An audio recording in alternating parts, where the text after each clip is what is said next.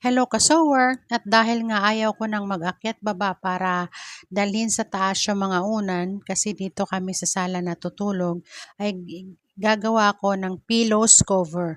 So, share ko ngayon sa inyo kung paano ko to ginawa.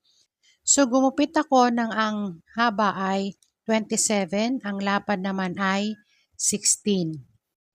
At ang height naman ay 23 inches.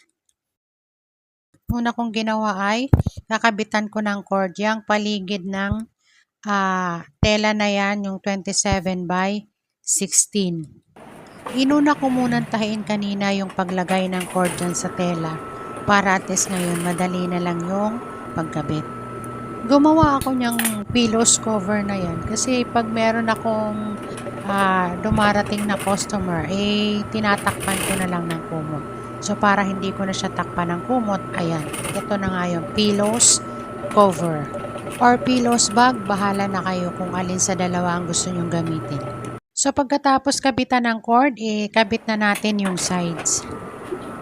Pagkatapos, isunod natin yung zipper. Ang ginamit kong zipper dito ay size number 5. Pagkatapos kabitan ng zipper, ayan na nga, tapos na. Pwede ko nang ilagay yung aking mga unan. So, dito po nagtatapos ang aking video. Sana po ay nagustuhan nyo. Salamat po sa panonood. Bye!